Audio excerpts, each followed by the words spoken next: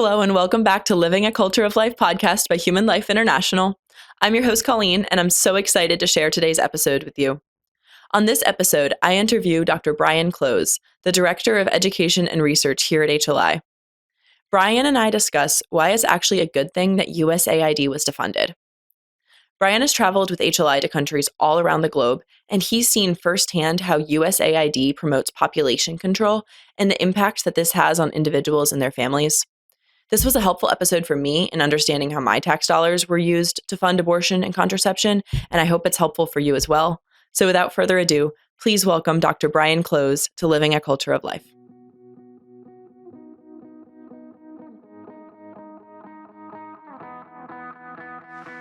Welcome to the podcast, Brian. Thank you. It was a very interesting journey here. All the way across the office, you know? Yeah. Had to walk 3 doors down. Yeah. Well, it's great to have you here today, and we are going to be talking today about why it's a good thing that USAID is defunded. So let's just start with just the basics. What is USAID? When was it established, and what was the original intention of USAID? United States Agency for International Development. Many countries have them, like the UK, Sweden, Denmark, and so on. JFK was displeased by the inefficiency of American aid to other countries. So he combined 4 or 5 different large agencies into USAID to streamline the whole thing. The objectives of USAID are twofold in general. One is to assist other countries in times of war or crisis, and to assist them in peacetime on their road towards democracy. So those are 2 primary things that USAID does.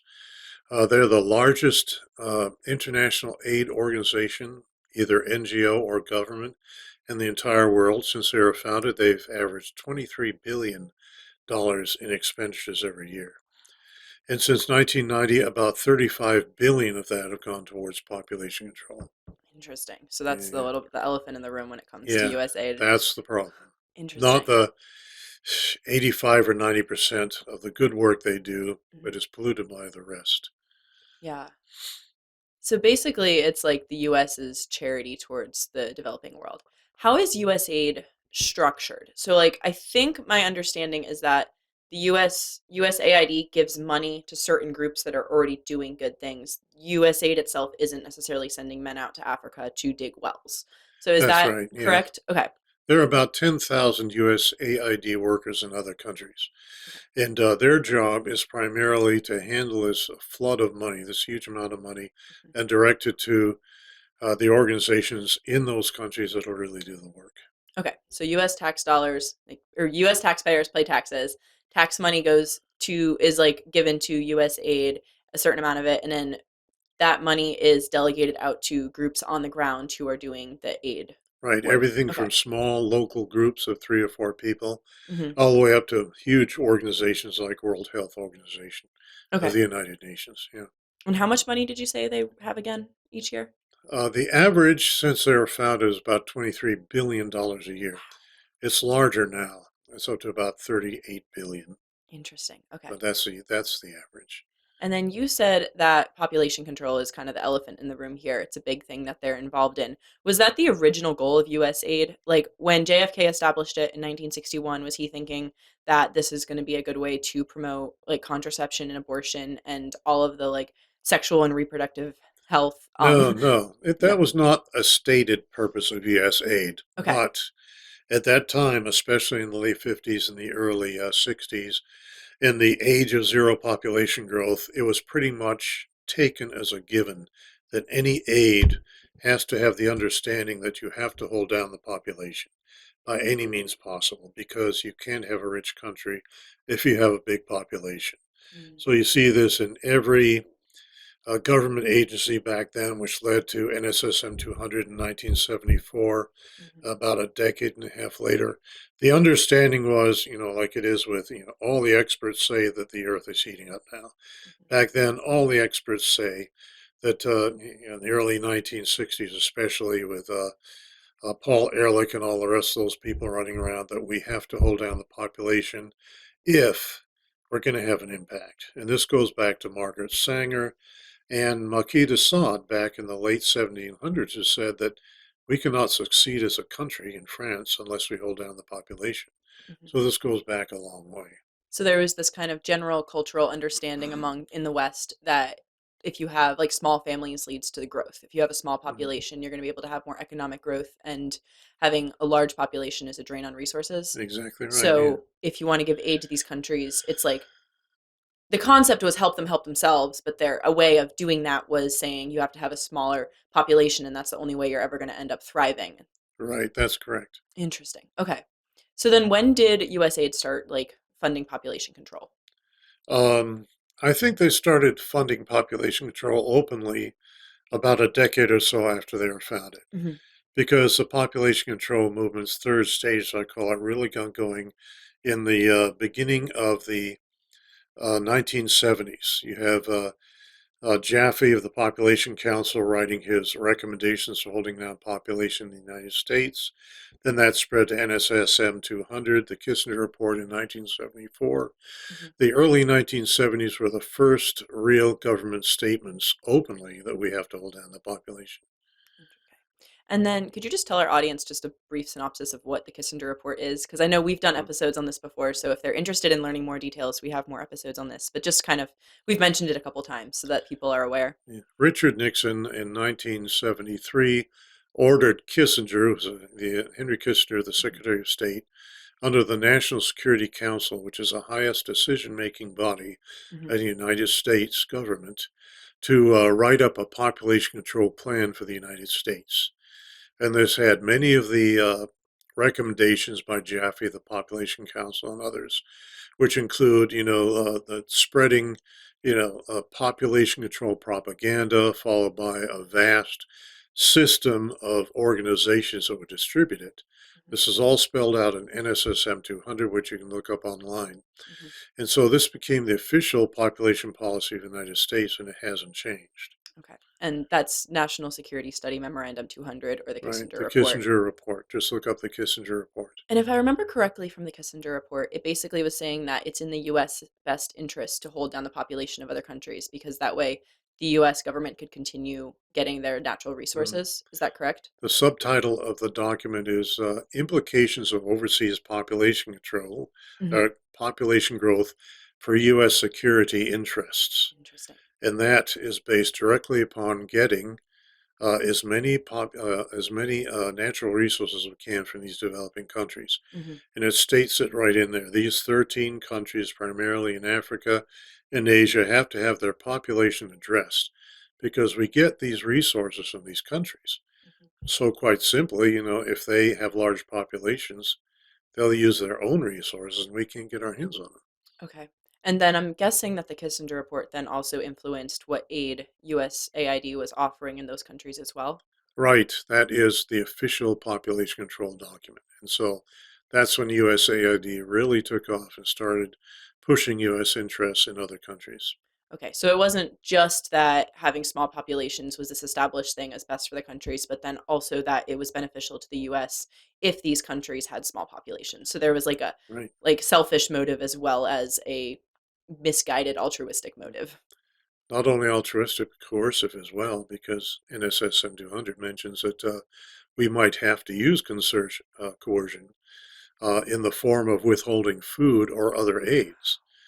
So we say to these starving, famine-stricken African country we're getting our resources from, if you don't adopt population control, Mhm. then we're just going to let you die. Interesting. Was USAID mentioned specifically in the Kissinger report? Do you know? Um, I don't really know. I should have checked on that. Yeah, I'll definitely look at that Yeah, and put in the yeah, description or say yeah, put it yeah, somewhere because I think it is. I'm pretty sure it is because I think yeah. that it's And at the least mentioned as IPPF. AID, even if it's not. Right. Yeah, I think it is. And other organizations like the Population Council Hmm. and International Planned Parenthood Federation. I think those are the three that are mentioned in Hmm. NSSM 200. But if they're talking about withholding aid from these countries, it's kind of implicitly meaning USAID, even if it's not explicitly mentioned. Right, right. I've seen this all over the world.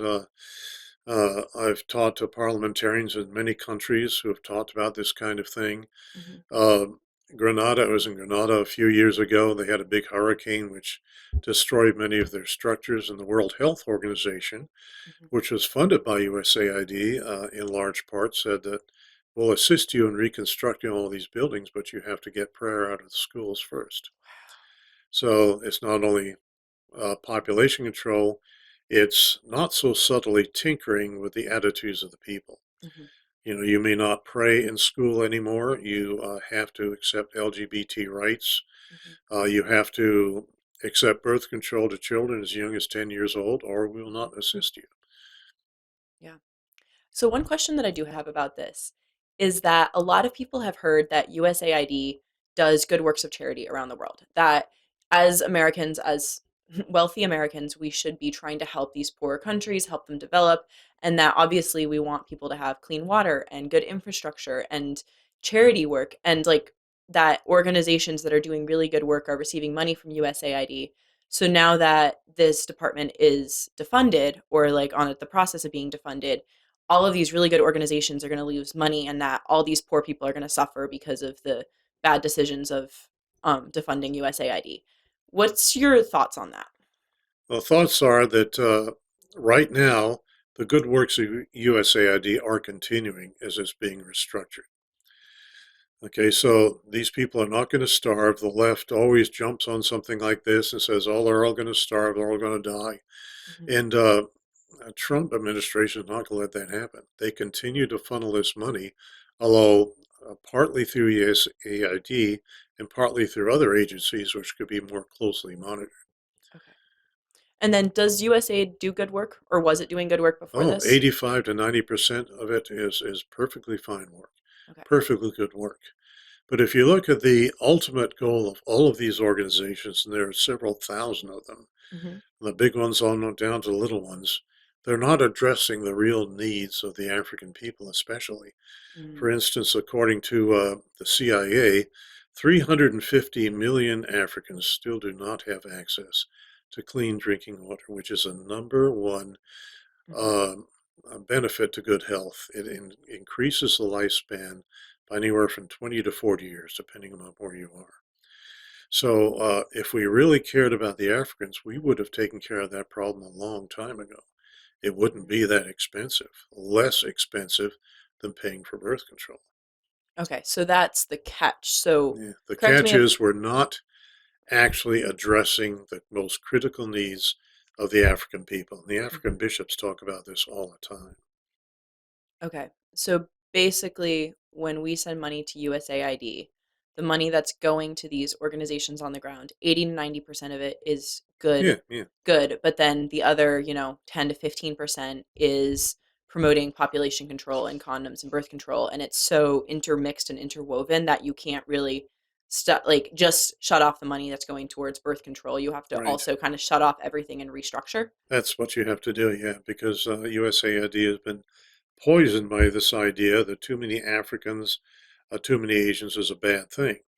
And this goes back to the eugenics of the 1910s and 1920s and Margaret Sanger, Marie Stopes in England, and all those people there. It's called The Rising Tide of Color Against White World Supremacy. Mhm. And that's a book that was actually written by Lothrop Stoddard in 1922. It's a big favorite of the racists these days. And it says in that book, and he sat on Margaret Sanger's board, by the way, Mhm. the rising tide of color against white world supremacy says that we have to, as the dominant white race, hold back and hold down the populations, especially of Africa and Asia and the Caribbean, Latin America, all of the global south. And it says right in this book that we have to do that, and people are still saying it these days. The racists are still saying it. And that's what we're doing, holding down the populations of Africa and Asia. Is that really coming from a racist motive, though, or is it coming more from a misguided idea that the way to help people is to keep them from having lots of children? I think it's all mixed in there. Okay. A lot of people go to Africa and they say, "Oh, look at this mess of a place." Hmm. We need to hold down the population here. A lot of people subliminally think that African and Asian people are inferior in some way. There are also good motivations. We want to help them. We want to increase their standard of living. Hmm. We want to protect the environment and so on. But right at the core of it, I think, is the things we do and say about Africans we would never say about white people. And that exposes the racism of the whole population control movement. Interesting. So basically, to people who think that USAID does good charitable work around the world, you would say that they do good charitable work, but mixed in with that, and it's just like unable to be eradicated from that, is this Mm. racist and population control mentality. And so, like what we were saying earlier, the only way to kind of make sure that the work we're doing over there is actually effective charity and it's actually beneficial for people on the ground is to basically cut off the funding like we just did and restructure it in a way that the US tax dollars are going towards something that's actually beneficial to the African people and not just advancing the population Yeah. control mentality. And what we need to do is rewrite the charter of U.S. aid. Right now, the charter is all of these big government organizations is NSSM 200, population Mm, control, undergirds everything. We need to get rid of NSSM 200, throw it out the window, and write something else that emphasizes the dignity of the human person. mm. We don't see Africans as equal to us in any way. But in the eyes of God, they are. And that's the way we have to look at things, through the eyes of God, not the eyes of man. What did because obviously HLI has been around for 50 years and Father Paul Marx was the founder of HLI and he traveled to many countries on 91 countries, 91 yeah. countries on mission travels. What did he say about USAID? Did he ever see them promoting population control around the world? And he wrote 6 books, Hmm. which are compilations of his mission trips, the reports he wrote on his mission trips, fascinating stuff from 35 and 40 years ago. And he saw U.S. aid all the time. Hmm. He saw how they would provide condoms to starving people, millions of condoms, even though they knew it didn't work. Hmm. Condoms, I found in a study of my own a few years ago that in Africa, where you go to places that have high Muslim and high Catholic populations, you have less HIV because they reject the use of condoms. Mm. So, in the northern part of Africa, north of the Sahara, and in very Catholic countries, you'll find maybe 1 or 2 out of 1,000 adults infected with HIV. But you go to countries like Zimbabwe, South Africa, Lesotho, Swaziland, Namibia, in the southern part, where condoms are pushed relentlessly, you'll see up to 1 in 3 people Hmm. infected with HIV/AIDS, adult people. Hmm. Now, that was about 20 years ago at the peak, Hmm. and that's where they use the most condoms. So he saw that condoms didn't work. In fact, he sometimes speculated that perhaps this is a way we're getting rid of the Africans by telling them condoms work and knowing full well that they're going to die of HIV/AIDS the more condoms they use because those things break 1 time out of 12. And they're also, Break, I tear, believe, or not slip off. stored super Hmm? well on their way to Africa. I remember Yeah, someone, yeah, I think it was you on one of our previous podcasts, yeah, or no, it was in one of HLI's old reports. That's where I read it. And they were talking about how by the time condoms get there, most of them are like basically fried because they're yeah, in the yeah. heat and they're not stored They're in properly. And then storage the rubber just containers. Yeah, breaks.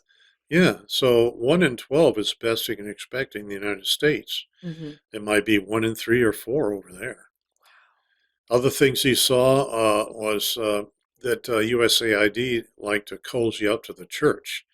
Mm-hmm. And that's a classic psyops operation. So they'd fund some small Catholic organization, some small NGO, maybe give them a few $1,000s, and then they both have a contract with the Catholic Church Mm.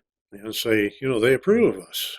It legitimizes all the other work that they're doing, even if Yeah, what they're yeah, funding, yeah. like that one contract with the Catholic Church is for something good. Oh, It yeah, then makes it look like the church approves of everything they do.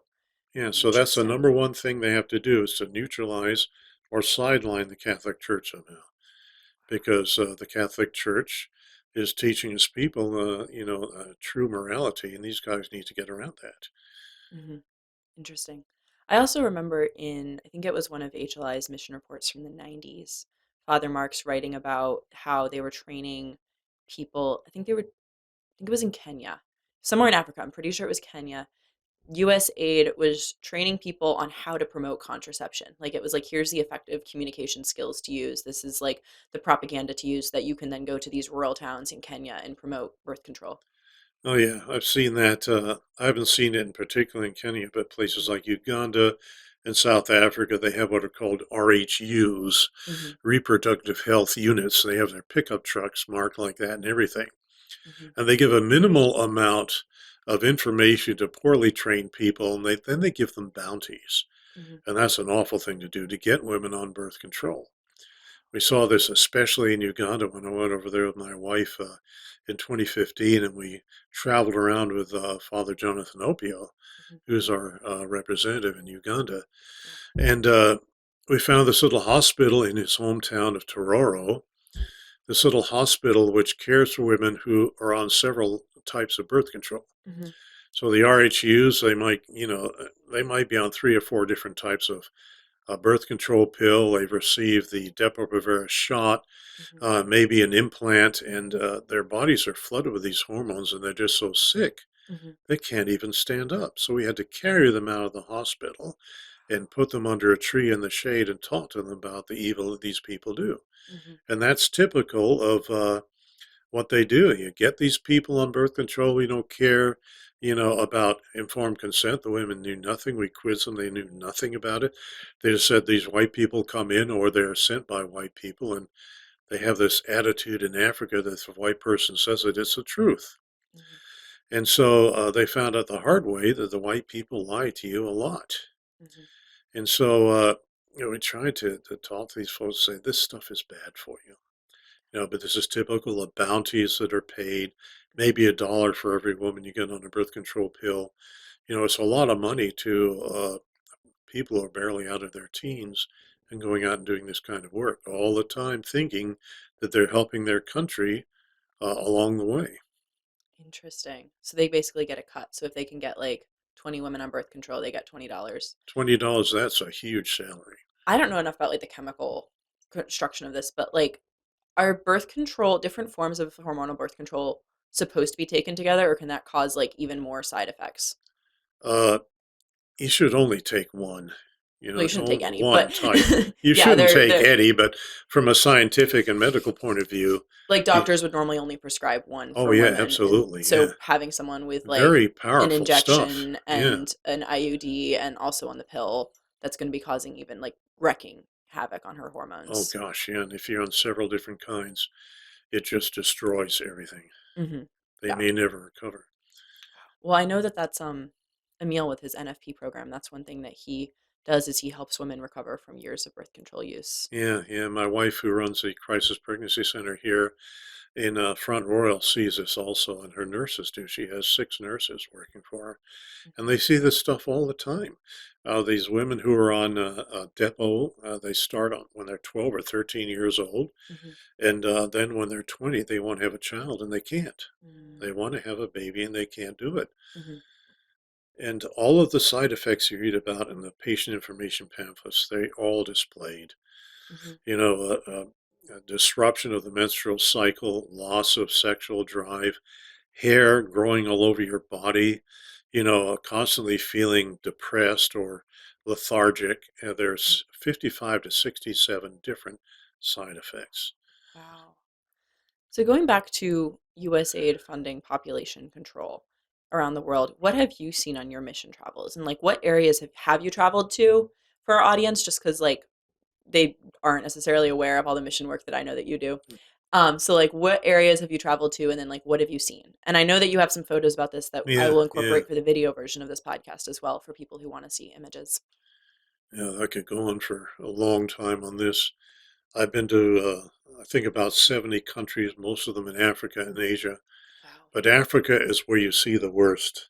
I've been to 16 countries in Africa. Everywhere you go, you see condom billboards.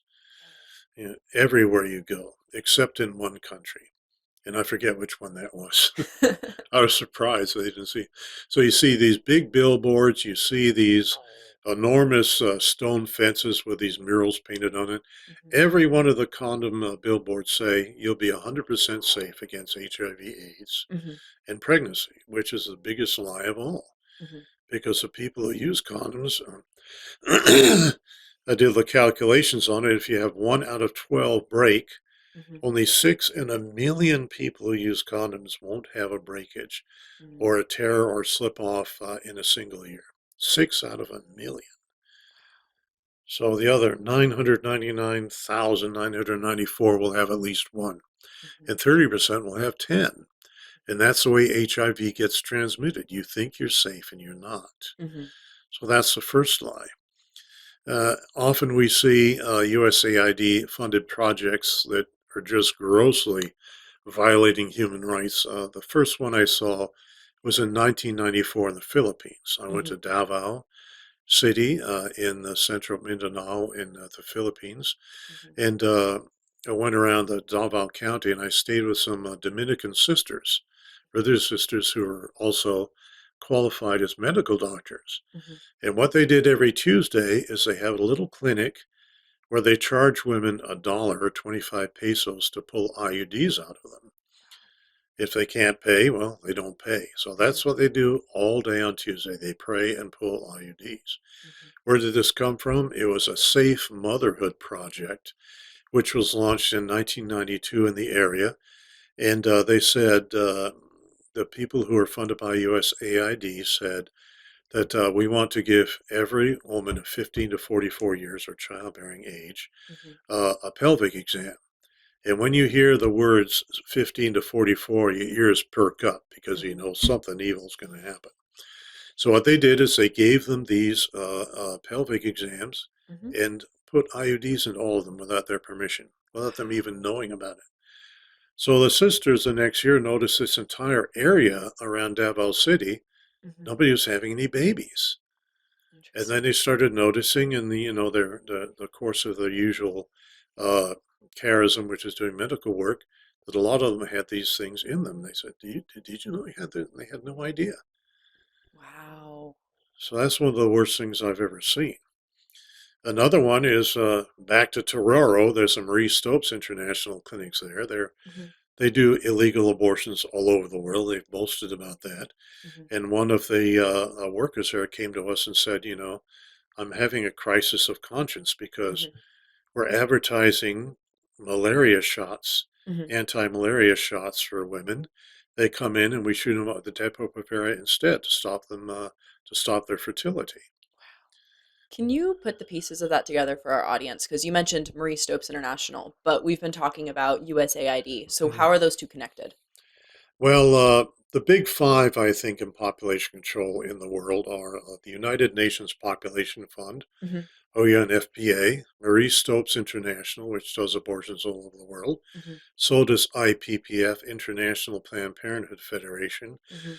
Uh, and all of them, to one extent or another, especially Marie Stopes, are funded by USAID. Okay.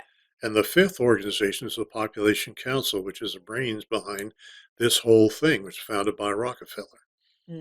Okay.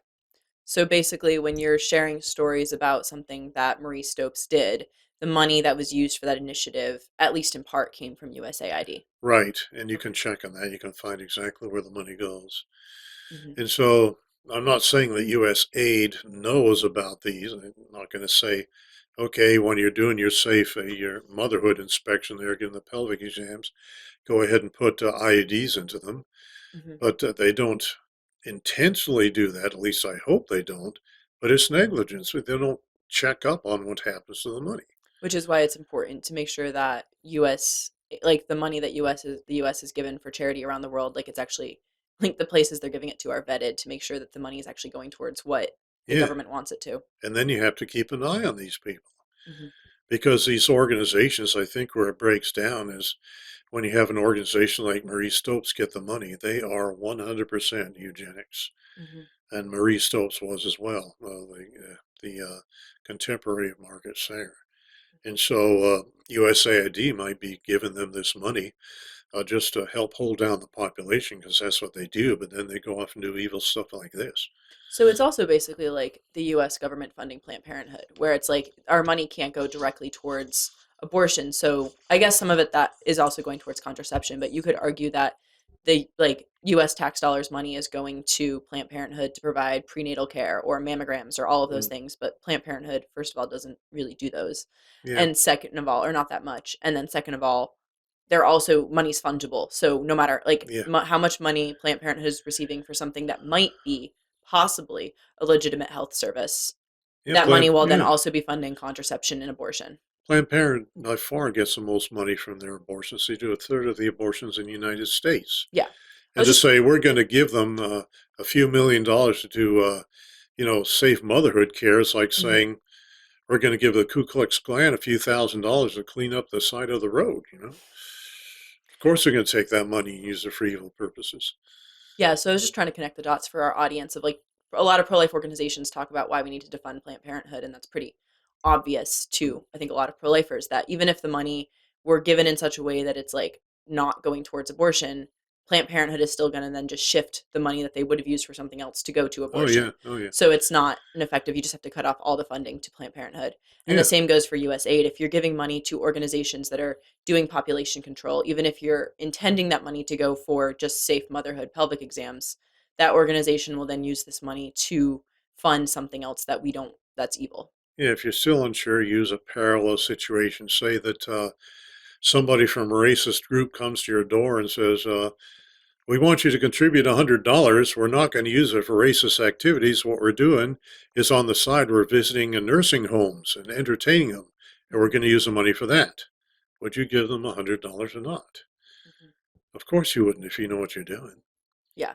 So just trying to make that comparison of like, this is why it's a good thing that USAID was defunded, not because the good things that USAID was supporting, them being defunded is a good thing, but because there's all this other bad activity that's going on that money was also going towards, and that needs to be stopped, and it's so intertwined that you can't just untangle it.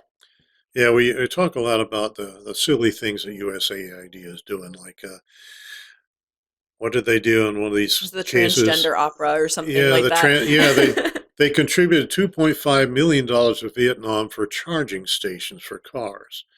They built one charging station with $2.5 million, and they calculated that saved 660 gallons of gas. So if you do the calculation there, 2.5 million divided by 660, that means that gas costs the U.S. taxpayers $9,870 a gallon. So that is just plain stupid. That and transgender operas. But what we have to keep our eyes on is what they've been doing all along, which is 1,000 times larger and 1,000 times worse. This population control activities and all of the human rights violations. Do you have any more stories of things that you've seen or examples for people? I've got some that I can't talk about. Let's see. Protector condoms in Uganda, sponsored by USAID. Way back in the late 1980s, Uganda had this sky-high adult HIV infection rate, 23%. 1 out of 4 adults were infected with it.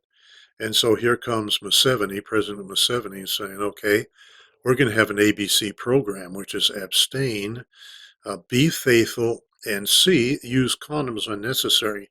But they greatly de-emphasize the condom part. And so Ugandans got the truth for once, and they stopped using condoms to a great extent. And that HIV infection rate went from 23% down to 6%. Then USAID comes in and starts pushing condoms as far as they possibly can. And the people say, oh, we just proved that condoms, if we don't use them, it works to stop HIV. But the ideology in USAID workers and the leadership back then was so strong that they didn't care that millions more might die. Just make sure we get people on condoms. And that, I think, is the greatest evidence of these people who yak all the time about you have to follow the science. You got to be scientific. We're scientists. That once science shows that they're wrong, they can't give up what they're doing. So this was, I just pulled this up. This was a video from Father Zeke Makani, who is our affiliate in Malawi. Oh, yeah. Talking about USAID and like what they're doing over in Malawi. So I'll play it. Yes, Father, welcome. You are the director of Pro-Life Malawi. Thank you. You're most welcome as well. Yes, I have some just a few questions. The way things are now concerning the defunding of USAID. What changes do you foresee here in Malawi? Yeah, about the defunding that the America has done to USAID, we see some organizations who are operating positively, that they will go down. And maybe most of them, since they're totally dependent on usage, they're almost close up. So, like in our case, in the Catholic Church, we have Catholic Commission for Justice and Peace, we have CADECOM, all these have stopped working because of the funding. So we are heavily affected, but on the other part, there are also some other organizations which were being funded, negative impact on pro-life morale. So on the pro-life side, we are happy because we have less opposition because of the defunding. All right, Father. What negative impact did the USAID have on the pro-life movement? Yeah, negatively, it has heavily affected us before because the organizations which are anti-life were funded and they were having more money to reach out. So they could go to long distances, have workshops more than we could. All right, Father. Thank you. Thank you very much. Yeah, so just that idea of that because of USAID, the anti-life organizations could travel longer distances and go to more communities and have more workshops, like you said, and be able to propagandize people. Propagandize people. And it was very hard for pro-life missionaries to be able to keep up because pro-life missionaries aren't receiving government money. Yeah. Yeah. You said that there were some other things that USAID funded that you wanted to be able to talk about in, I think, Peru? Yeah. They did fund forced sterilization and birth control and probably abortion programs in several countries, including Fujimori's catastrophe in Peru, where they'd round up women, without their consent, just sterilize them, or, just neuter them like cattle. They treated them with less dignity than cattle. You're more careful with cattle than you are with these women. And this is one of the things that almost led to a revolution in Peru. This is a once you're outside the United States, we're so sensitive about our rights, but we don't seem to care about the rights of people in Africa and poor countries like Peru and the Caribbean and in Asia. We don't care about them enough. Perhaps, out of sight, out of mind is a very great handicap we have that they take full advantage of. Interesting. So what does USAID, you said that they fund propaganda in other countries. What does this propaganda normally look like? I think you said that they tried to give this impression that the Catholic Church is. Yeah, they have a package, and I have a detailed outline of a package.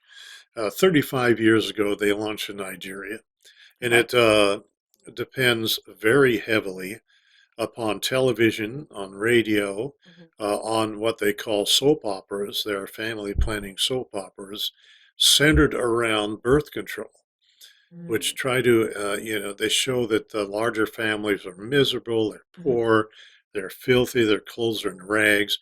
You see posters like this everywhere. And by comparison, the soap opera shows this rich young family with 2 children or 1 child, and they drive a nice car. The contrast is put before the people over and over and over again, and eventually it kind of becomes part of their thinking without them even knowing it. And part of the program is putting up all of these placards, billboards everywhere. We saw this once again in Uganda. Father Bouquet and I saw that one priest had a problem, and many of the churches have USAID people who are paid to put up posters, metal placards on the trees in the middle of the night. The priest takes them down. The next night they're back. They're paid to do that. Local people are paid to do that so that the people going into Mass will look at this and say, oh, USAID, they must be the good guys because our priest is supporting them. Yeah, because these things are up on the church.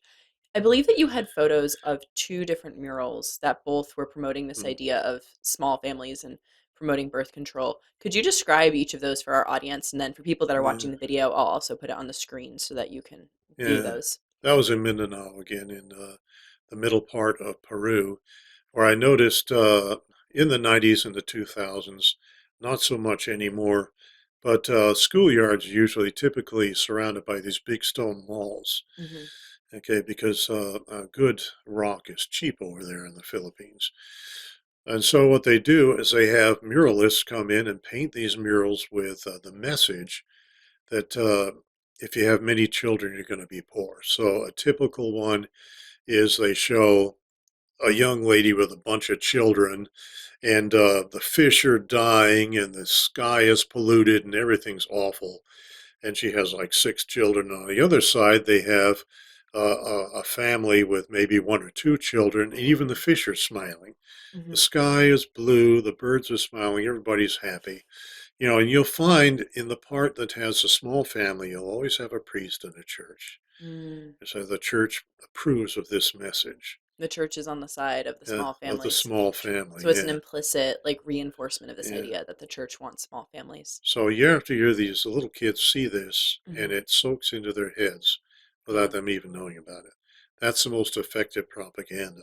Okay. What you drip, drip, drip on somebody's head year after year, and it becomes a part of their thinking without them even knowing it. So it was just the one. Okay, it was the one mural then. I was trying to remember if it was one photo or two. So. Oh yeah, there's a couple of them you could show. Mm-hmm. The contrast between the large family and the small family is typical of what they do. Yeah, interesting. What is USAID's relationship with, so you were saying that they're trying to give the impression that the Catholic Church is on the side of population control, population groups in general, not just USAID. What have people who are leaders at USAID said about the Catholic Church?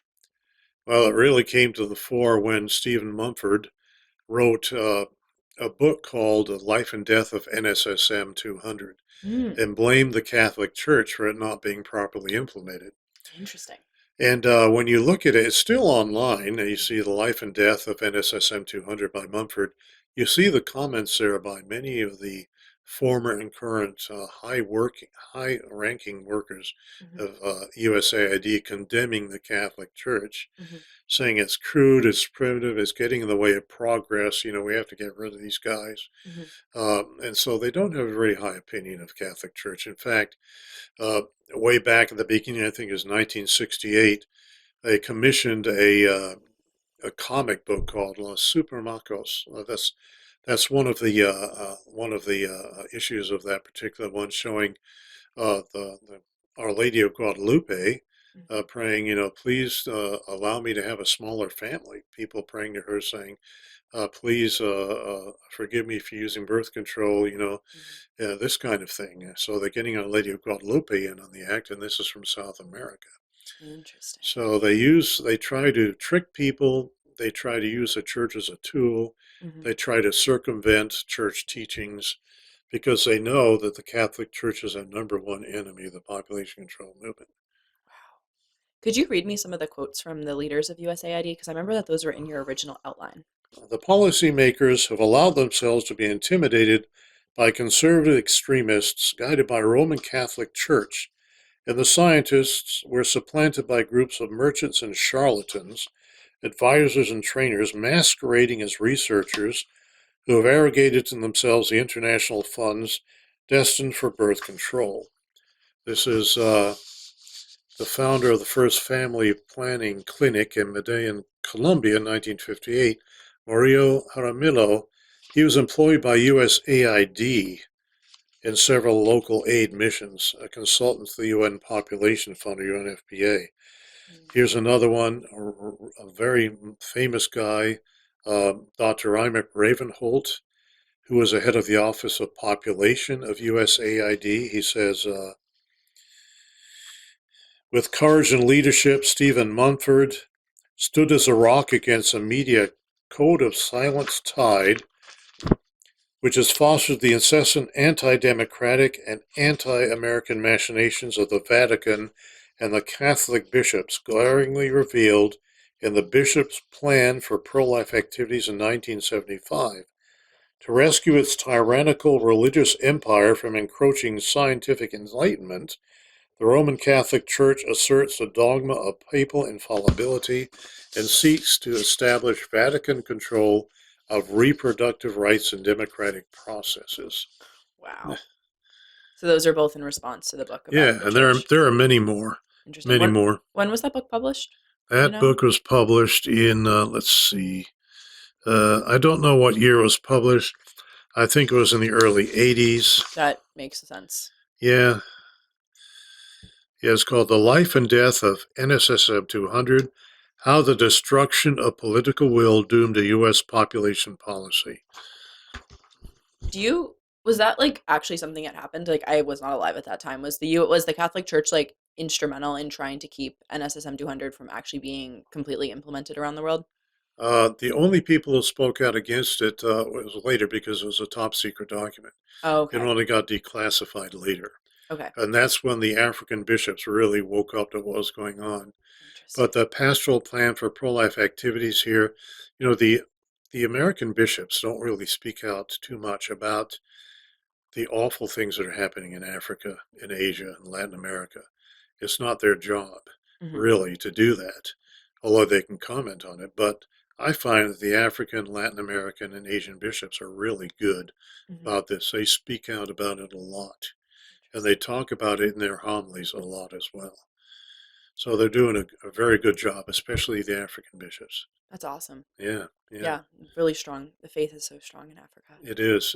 I love being there, and I can't wait to go back. So what after this whole discussion about the problems with USAID and why USAID's funds are poisoned or funneled away towards population control and why it's not continuing with the course of USAID as it was isn't good for life or family because the way that USAID was set up previously, a lot of this money was going towards population control, even if the US government's intention wasn't necessarily to support that.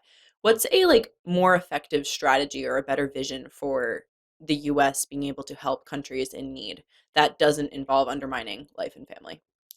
Now, what we need, that's a complicated question with a simple answer. What we need to do is have an organization, a large, well-funded organization, to go to these poverty-stricken areas and find out what the source of the poverty is. Okay, so if it's a consistent famine, we need to have a good irrigation because usually, when you have a drought, you have famine. When you have wars, you need to somehow, this is an almost impossible situation when you have these uh, gang wars, really tribal wars in Africa. There's almost no way to overcome that unless you have a persistent program of getting these people to sit down and talk to each other. Mm, War is another great source of suffering for the African people. mhm, And not the big wars, the local wars, the ones that do all the damage. mhm, And I think most of all, a lack of proper economic development, as Pope St. John Paul II talked about so much. mhm, We need to be able to go into an area which is not suffering from war, but is suffering from lack of development. mhm, And we need to help develop those countries while respecting the attitudes, the religion, and the customs of the people there. mm, So if we see a village which, that has poor crops, we need to show them about fertilizer. Half of their crops are consumed by rodents and insects. We need to show them how to have good grain storage facilities so half of their food doesn't disappear. mhm, We have to have basic health care and basic education for the people, not something fancy. They mhm. don't need something fancy. All of these things could help them develop themselves to the point where maybe they're not making but more than $2 or $3 a day, Mhm. but they don't need to make any money. They're self-sufficient. Yeah. So all of these things we don't emphasize enough. Authentic economic development. A lot of folks think that, well, you're not really, developed unless you make $100 a day. Well, people out in the country don't need to make $100 a day. Mhm. In fact, often they don't need to make any money at all. They need food and they need to be able to trade with each other. Yeah.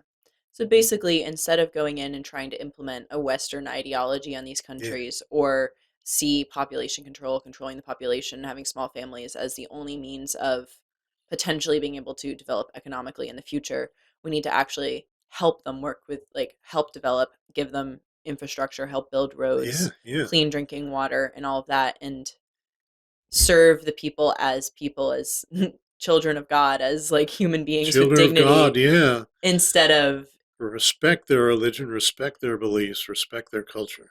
yeah. Don't come in there with this attitude that we know how it's done. You'll be better off if you're like us. We don't want to westernize the Africans. We really don't want to do that. Yeah.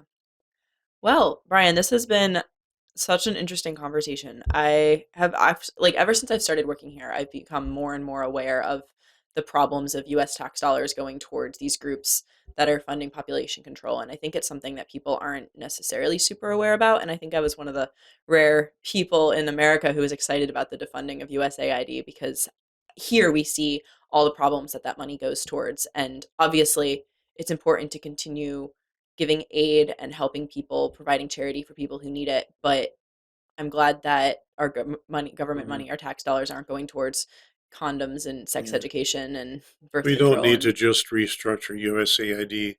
We have to restructure our attitude. I love that. Yeah.